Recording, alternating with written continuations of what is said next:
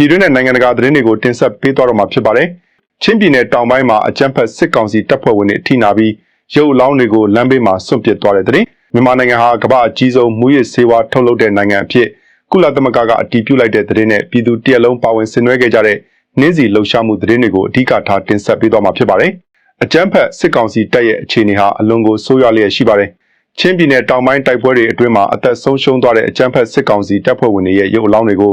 ုသူတို့ရဲ့တပ်ဖွဲ့ဝင်အချင်းချင်းကပင်ကောင်းမွန်စွာတင်းကြိုခြင်းမရှိတော့ဘဲလမ်းဘေးမှာကျင်းကြီးကျင်းငယ်တွေတူးကာဖြစ်သလိုစွန့်ပစ်မြုပ်နှံထားခဲ့ကြောင်းဒေသခံပြည်သူတွေကတွေ့ရှိခဲ့ရပါတယ်။ပြီးခဲ့တဲ့မေလ14ရက်နေ့ကတည်းက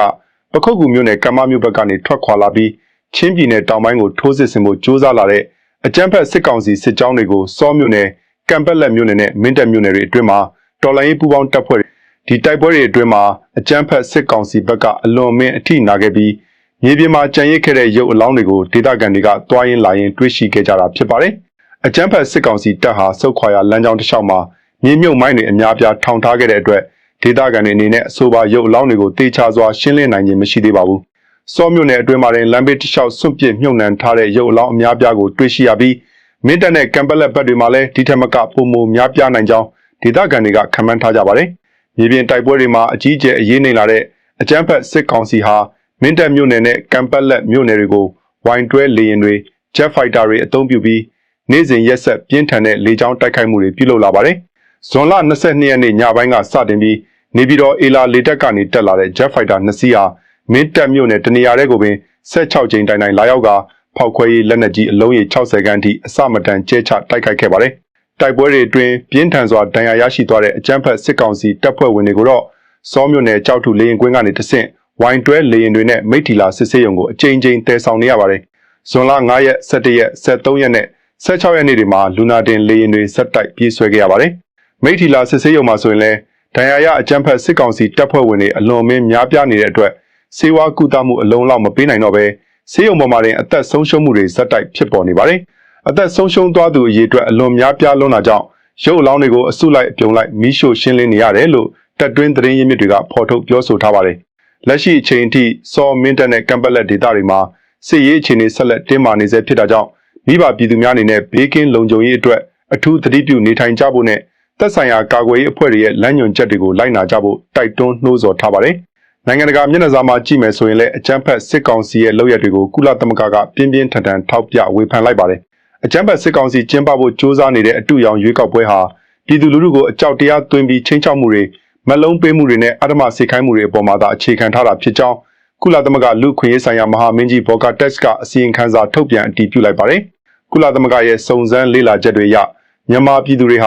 ာဒီရွေးကောက်ပွဲကိုလုံးဝစိတ်ဝင်စားမှုမရှိကြသလိုနိုင်ငံရေးအပြောင်းအလဲတစ်ခုဖြစ်လာမယ်လို့လည်းယုံကြည်မှုမရှိကြပါဘူး။ဒါပေမဲ့အကြမ်းဖက်စစ်ကောင်စီဟာကျောင်းဆရာဆရာမတွေအပါအဝင်နိုင်ငံဝန်ထမ်းတွေကိုအတင်းကျပ်မဲပေးခိုင်းတာရက်ကွက်အုပ်ချုပ်ရေးမှုတွေကတဆင့်ပြည်သူတွေရဲ့နေအိမ်တွေကိုလိုက်လံချင်းချောက်တာတွေလှုပ်ဆောင်ခဲ့ပါတယ်။မဲမပေးရင်နိုင်ငံကူးလက်မှတ်မထုတ်ပေးတာရင်မောင်းလိုင်စင်ပိတ်သိမ်းတာတက္ကသိုလ်ကျောင်းအပ်ခွင့်မပေးတာနဲ့စီးပွားရေးလုပ်ငန်းတွေလုပ်ကိုင်ခွင့်ပိတ်သိမ်းမယ်ဆိုပြီးအမျိုးမျိုးဖိအားပေးခဲ့ပါတယ်။ပုံမဆိုးရွားတာကတော့စစ်ဘေးရှောင်ပြည်သူတွေကိုပြစ်မှတ်ထားပြီးမဲမပေးရင်ရိတ်ခါထောက်ပံ့မှုလမ်းကြောင်းတွေဖြတ်တောက်မယ်နေအိမ်တွေကိုသိမ်းဆီးမယ်အတင်းအကျပ်စစ်မှုထမ်းခိုင်းမယ်ဆိုပြီးလူမဆန်စွာချင်းချောက်ခဲ့တာပဲဖြစ်ပါတယ်။တချို့နေရာတွေမှာတော့လျှက်စစ်မီတာခကင်းလွတ်ခွင့်ပေးမယ်ဆိုလာပြားတွေဝေပေးမယ်ဆိုပြီးမလုံးပေးသိမ်းသွင်းမှုတွေလည်းရှိခဲ့ပါတယ်။အကျဉ်းထောင်တွေထဲမှာဆိုရင်လည်း2025ခုနှစ်အောက်တိုဘာလောက်ကတည်းကနိုင်ငံရေးအကျဉ်းသားတွေကိုကြိုတင်မဲ့အတင်းကျပ်ပေးခိုင်းပြီးညှင်းဆန်ရင်ထောင်ဒဏ်တွေထပ်တိုးချမှတ်မယ်လို့ချင်းချောက်ခဲ့ပါတယ်။မဲယုံတွေရဲ့အနီးနားမှာအကြမ်းဖက်စစ်ကောင်စီရဲ့လက်နက်ကင်တပ်ဖွဲ့တွေကနေရာယူထားပြီးမဲဆန္ဒရှင်စည်းတွေကိုဒေသဆိုင်ရာအာဏာပိုင်တွေစီအတင်းကျပ်တင်ပြခိုင်းတာကြောင့်ပြည်သူတွေအနေနဲ့လွတ်လပ်စွာမဲပေးခွင့်လုံးဝမရှိခဲ့ကြောင်းကုလသမဂ္ဂအစီရင်ခံစာကအတည်လင်းဖော်ပြဒါကြောင့်ကုလသမဂ္ဂအနေနဲ့အကြမ်းဖက်စစ်ကောင်စီရဲ့အတူရောင်ရွေးကောက်ပွဲကိုရောမင်းအောင်လှိုင်ရဲ့တရားမဝင်အစိုးရကိုပါလုံးဝအတိအမှတ်ပြုမိမဟုတ်ကြောင်းစက်တိုက်ထုတ်ပြန်ကြေညာထားပါတယ်။ဒီလိုနိုင်ငံရေးအရဆန့်ကျင်ခံရတဲ့အကြမ်းဖက်စစ်ကောင်စီရဲ့အုပ်ချုပ်ရေးရန်ရာဟာအောက်ခြေမှာလည်းအကျင့်ပြတ်ခြစားမှုတွေနဲ့ပြည့်နှက်နေပါတယ်။နိုင်ငံသားစီစစ်ရေးကပ်ပြားနဲ့သကောင်စင်းပြုလုပ်ရမှာပြည်သူတွေစီကနေငွေကြေးအစမတန်တောင်းခံနေတဲ့လူဝင်မှုကြီးကြပ်ရေးဝန်ထမ်းတွေနဲ့ပွဲစားတွေကိုအရေးယူထားကြောင်းအကြမ်းဖက်စစ်ကောင်စီရဲ့လဝကဝန်ကြီးဌာနကထုတ်ပြန်လာပါတယ်။ထုတ်ပြန်ချက်အရစစ်တပ်အာဏာသိမ်းတဲ့2021ခုနှစ်ကနေ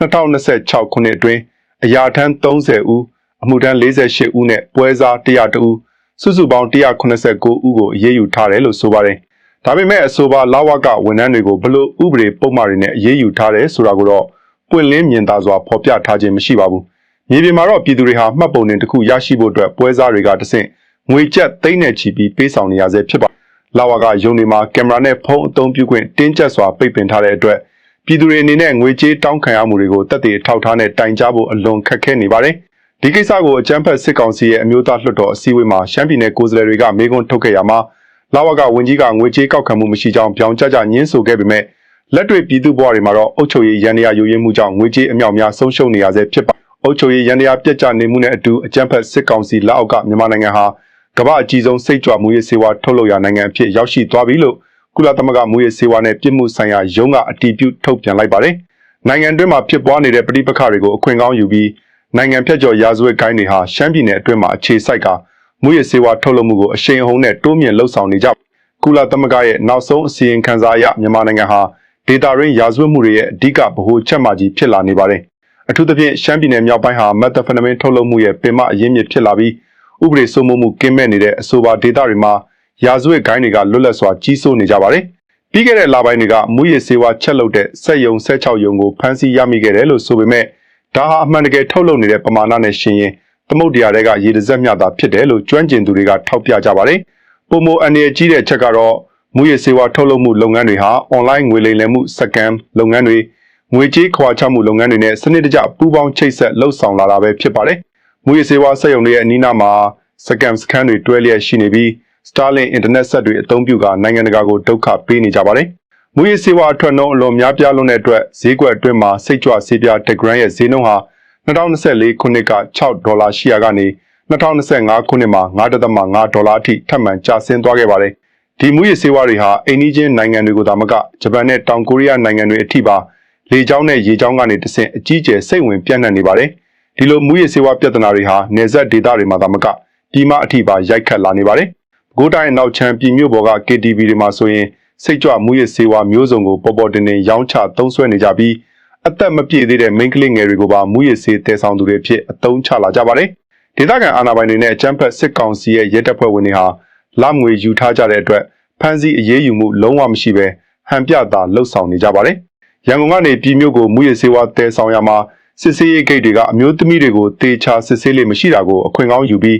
းအသက်19နှစ်အောက်ရွယ်မရောက်သေးတဲ့မိန်းကလေးငယ်တွေကိုငွေကြေးမလုံးပေးကတည်ယူခိုင်းနေကြတာဖြစ်ပါတယ်။မြို့ပေါ်ကစာတင်ကျောင်းတွေအနီးနားမှာပင်မှုရေးစေဝါအယောင်းဝယ်တွေကိုအကြမ်းဖက်စစ်ကောင်စီရဲ့လက်အောက်ခံပြည်သူစစ်ခေါင်းဆောင်တွေကိုယ်တိုင်ပါဝင်ပတ်သက်လုပ်ကင်နေကြတယ်လို့ဒေသခံတွေကရင်ဖွင့်ပြောဆိုကြပါတယ်။ဒါဟာအကြမ်းဖက်စစ်ကောင်စီလက်အောက်မှာတိုင်းပြည်ရဲ့အနာဂတ်လူငယ်တွေရဲ့ဘဝတွေဘလောက်အထိချင်းချောက်ခံနေရလဲဆိုတာကိုသက်သေပြနေတာပဲဖြစ်ပါတယ်။ဒီလိုဖိနှိပ်မှုတွေမတရားမှုတွေနဲ့ယိုယွင်းမှုတွေကြားတဲ့ကနေပြည်သူလူထုရဲ့တော်လှန်ရေးစိတ်ဓာတ်ကတော့လုံးဝကျဆင်းသွားခြင်းမရှိပါဘူး။ဇွန်လ19ရက်နေ့မှာကြာရောက်ခဲ့တဲ့လူထုခေါင်းဆောင်နိုင်ငံတော်၏တိုင်ပင်ခံပုဂ္ဂိုလ်ဒေါအောင်ဆန်းစုကြည်ရဲ့အသက်81နှစ်ပြည့်မွေးနေ့အထိမ်းအမှတ်နှင်းစီလှုပ်ရှားမှုကြီးမှာတနိုင်ငံလုံးအတိုင်းအတာနဲ့ပြည်သူလူထုတရက်လုံးတခဲနဲ့ပါဝင်ဆင်နွှဲခဲ့ကြပါတယ်။မြန်မာပြည်သူတွေဟာအကြမ်းဖက်စစ်ကောင်စီရဲ့ရက်ဆက်ကြမ်းကြုတ်တဲ့ဖိနှိပ်ချင်းချောက်မှုတွေအောက်မှာနေထိုင်နေရပေမဲ့လည်းဒီမိုကရေစီနဲ့လူ့အခွင့်အရေးအတွက်ရဲရင်ပြတ်သားစွာရပ်တည်နေစေဖြစ်ကြောင်းဒီလှုပ်ရှားမှုကနေတဆင့်ကမ္ဘာကိုပြသနိုင်ခဲ့ပါတယ်။ပြည်သူတဦးချင်းစီကင်ဆောင်ခဲ့ကြတဲ့နှင်းစီပန်းတွေဟာ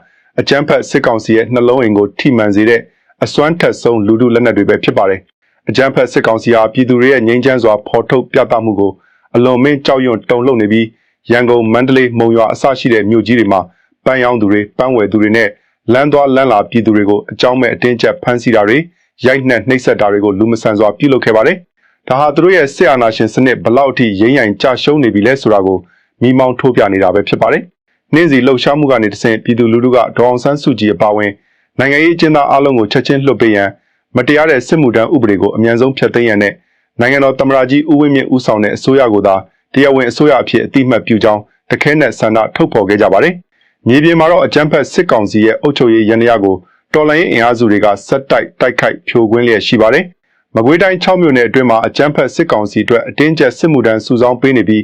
းပြည်သူတွေစီကငွေကြေးချင်းချောက်တောင်းခံနေတဲ့ကွေ့ပင်စခန်းမှုလှမိုးအောင်ကိုဇွန်လ4ရက်နေ့မနက်ပိုင်းကတော်လှန်ရေးပူးပေါင်းတပ်ဖွဲ့တွေကကြားဖြတ်တိုက်ခိုက်ခဲ့ပါတယ်။အဆိုပါတိုက်ခိုက်မှုအတွင်းမှာစခန်းမှုလှမိုးအောင်ဟာနေရာမှာတင်အသက်ဆုံးရှုံးသွားခဲ့ပြီးသူနဲ့တူလိုက်ပါလာတဲ့ရဲတပ်ဖွဲ့ဝင်တဦးလည်းပြင်းထန်ဒဏ်ရာတွေရရှိကလက်တစ်ဖက်ဖြတ်တောက်လိုက်ရသည့်အထိနာသွားခဲ့ပါတယ်။ဒီစစ်စင်ရေးကို6မြို့နယ်နဲ့မကွေးခရိုင်ပြည်သူ့ကာကွယ်ရေးတပ်ဖွဲ့တွေပူးပေါင်းလှုပ်ဆောင်ခဲ့တာဖြစ်ပြီး တော်လိုင်းရဲဘော်တွေဘက်ကတော့အထိခိုက်မရှိဘဲအောင်မြင်စွာဆုတ်ခွာနိုင်ခဲ့ပါတယ်အလားတူပဲမန္တလေးတိုင်းတောင်သာမြို့နယ်ဘက်မှာလည်းဥပဒေမဲ့လုပ်ရက်တွေကိုပြည်သူ့ကာကွယ်ရေးအဖွဲ့တွေကတားဆီးဖြေရှင်းနေရပါတယ်တောင်သာမြို့နယ်အတွင်းမှာလှုပ်ရှားနေတဲ့ပြည်သူ့လွတ်မြောက်ရေးတပ်မတော်တပ်ဖွဲ့ဝင်တွေဟာဒေသခံပြည်သူတို့ကိုအကြောင်းမဲ့ဝင်ရောက်ဖမ်းဆီးပြီးငွေကျပ်3,200နဲ့ပြန်လည်ရွေးထုတ်ခိုင်းတဲ့အပြင်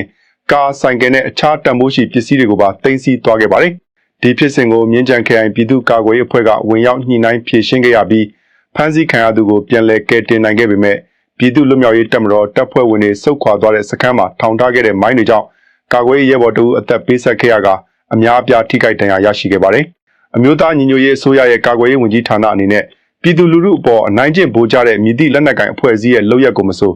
ဥပဒေနဲ့အညီပြက်ပြက်သားသားအရေးယူဖြေရှင်းသွားမယ်လို့အသိပေးထုတ်ပြန်ထားပါတယ်စစ်ရေးမှာအပတ်ပတ်ကအရေးနေနေတဲ့အကြမ်းဖက်စစ်ကောင်စီဟာအရက်သားပြည်သူတွေကိုပြစ်မှတ်ထားပြီးလေကြောင်းကနေပြင်းထန်စွာတိုက်ခိုက်မှုတွေကိုနေ့စဉ်ရက်ဆက်ကျူးလွန်နေပါတယ်စကိုင်းတိုင်းမြောင်မြို့နယ်တွင်ကကြေးရွာတွေကိုဇွန်လ22ရက်နေ့မနက်ပိုင်းမှာတိုက်ပွဲဖြစ်ပွားခြင်းလုံးဝမရှိဘဲတရားဦးလေတပ်နဲ့မကွေးလေတပ်ကတက်လာတဲ့ Jet Fighter 2စီးကပေါင်250ဖောက်ခွဲရေးလက်နက်ကြီးတွေအသုံးပြုကလာရောက်တိုက်ခိုက်ခဲ့အလားတူကချင်ပြည်နယ်ရွှေကူမြို့နယ်ဘက်မှာလည်းအကြမ်းဖက်စစ်ကောင်စီကလက်နက်ကြီးတွေနဲ့ရန်တမ်းပစ်ခတ်ခဲ့တာကြောင့်ဘုံတော်ကြီးကျောင်းတစ်ကျောင်းပေါ်ကိုကြားရောက်ပောက်ကွဲခဲ့ပြီးအသက်40အရွယ်ပြည်သူတဦးအသက်ဆုံးရှုံးခဲ့ရပါတယ်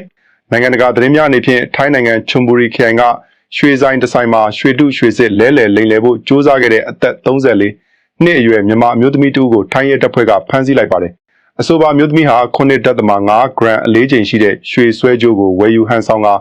အတုနဲ့လဲလှယ်ဖို့စ조사ခဲ့ရမှာဆိုင်ရှင်ကအချိန်မီရိပ်မိသွားပြီးဖမ်းဆီးရေးယူနိုင်ခဲ့တာဖြစ်ပါတယ်။အမေရိကန်ဆိုရအနေနဲ့အီရန်နိုင်ငံပေါ်ချမှတ်ထားတဲ့ရေနံတင်ပို့မှုပိတ်ဆို့အရေးယူမှုတချို့ကိုယာယီဖြေလျှော့ပေးလိုက်ပြီးဖြစ်ပါတယ်။ဆွစ်ဇာလန်နိုင်ငံမှာပြုလုပ်နေတဲ့ငြိမ်းချမ်းရေးဆွေးနွေးပွဲတွေရဲ့ရလဒ်အနေနဲ့အီရန်ဘက်ကဟော်မုစ်ရေလက်ကြားအတွင်းလွတ်လပ်စွာတွာလာခွင့်ပြုဖို့နဲ့